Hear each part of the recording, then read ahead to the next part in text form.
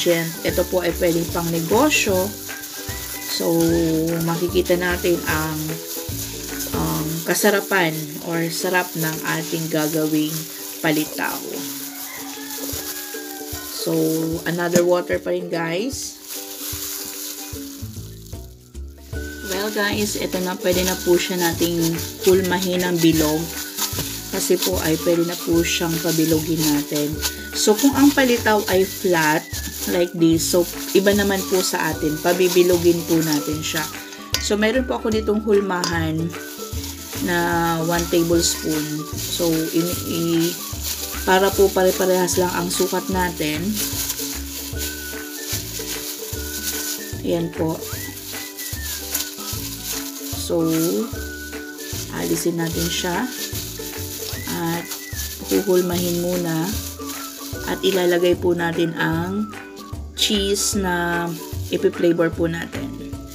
So, pabibilogin lang po. Ayan. Pabibilogin lang po natin sa ating hands. At ito na po yung ating palitaw. So, nakaisa po tayo. Well, guys, ang isusunod natin ang palaman or peeling ay ang ube. So, ilalagay po lang natin sa gitna. Ilalagay lang po natin sa gitna. At ate pong papaikutin sa ating palm, sa ating mga palad. So, ito po siya. Yan. So, ito po yung ube. Doon po sa 1 cup na flour, ng rice flour, glutinous rice flour, mayroon po akong 10 bilog na nagawa. Ito po yung, this one po, itong line pong ito po yung cheese flavor, and ito po yung, ito naman pong hilerang ito yung ube. So, mayroon po akong 10. So, haba po akong nagbibilog-bilog kanina. So, mayroon na po akong pinapainit na water. Kasi kailangan po na ito ay para maluto, yung tubig po ay kulong-kulo.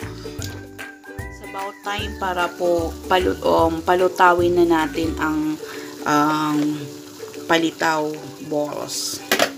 So, ilalagay po natin siya. Yan. Lubog po yan, guys. Lubog po yan.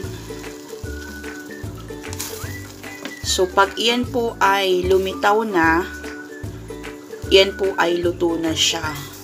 Kaya nga po siya tinawag na palitaw. It means na lilitaw po siya.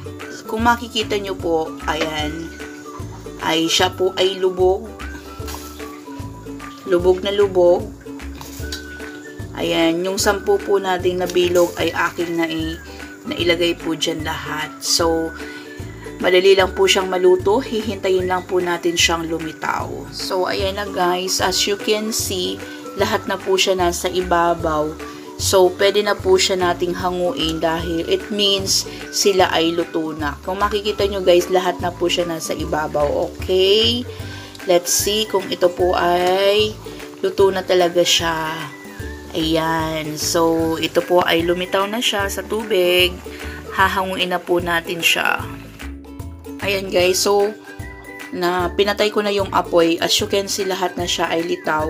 So, hahanguin na natin siya. Before natin siyang i-roll up doon sa what do you call this? Bago natin i-roll up sa sesame seed. So, kailangan natin siyang patuyuin o i-drain ang mga palitaw balls. So, ang tawag ko dito ngayon ay palitaw balls kasi yung usually pong palitaw is flat but this time is bilog. So, ito na po yung palitaw. I-roll up po natin siya so, talagang sticky siya, guys. I-roll up po natin siya sa sesame seed na mayroon pong sugar. Yung sesame seed po ay niluto ko muna siya bago po natin i-roll up yung, eto na po yung ating palitaw balls.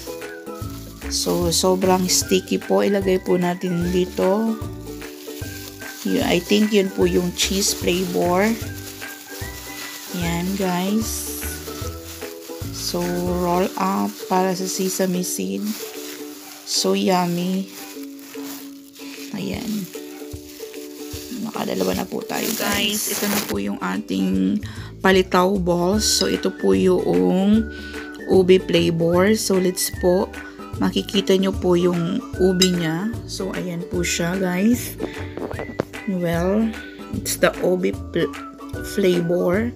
So yummy. And this one, guys, is the cheese flavor. Okay, makikita po natin ang pagka-cheesy niya. So, ayan po ang ating palitaw balls, cheese and ube flavor. Guys, kung ito po ay ibebenta po natin, ininegosyo po natin, ay pwede po natin siyang ilagay sa tub. So, ang isang tub po ay may 10 piraso, which is pwede po natin maibenta ng 100 to 120 pesos. So, tubong-tubo ka na po sa ating palitaw balls, cheese and ube flavor. So, thank you for watching, guys. God bless.